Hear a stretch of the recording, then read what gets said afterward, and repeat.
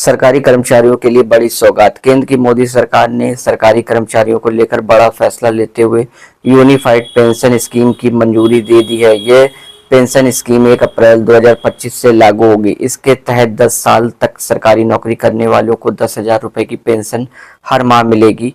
25 साल नौकरी करने वालों को पूरी पेंशन दी जाएगी।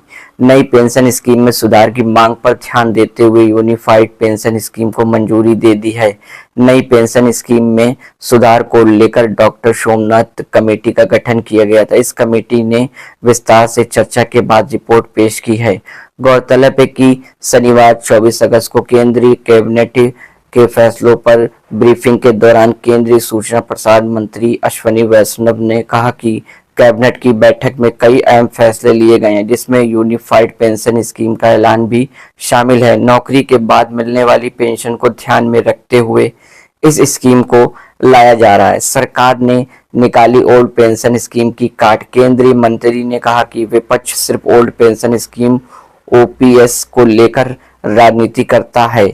दुनिया भर के देशों में क्या स्कीम है, उनको देखने के बाद तमाम लोगों से चर्चा करने के बाद इस कमेटी ने यूनिफाइड पेंशन स्कीम का सुझाव दिया है। कैबिनेट ने यूनिफाइड पेंशन स्कीम को अप्रूव कर दिया है। कर्मचारियों की तरफ से एश्योर्ड अमाउंट की मांग किया जा रहा था। उन्होंने जानकारी देते हुए कहा कि पेंशनधारियों को 50% एश्योर्ड पेंशन दी जाएगी। रिटायरमेंट के पहले 12 महीने का एवरेज बेसिक 50% होगा। ये पेंशन 25 साल की सर्विस करने के बाद ही मिलेगा।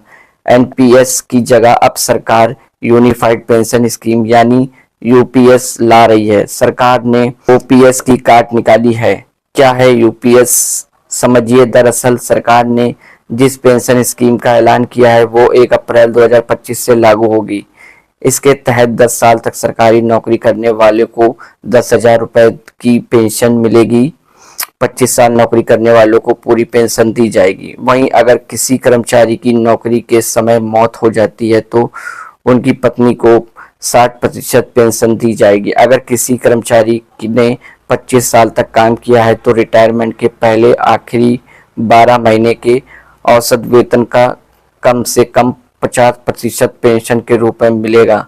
सभी एनपीएस वालों को यूपीएस में जाने का ऑप्शन मिलेगा। सरकार इसके लिए एरियर का भुगतान करेगी। जो कर्मचारी 2024 से रिटायर हुए हैं उन्हें भी इसका लाभ मिलेगा।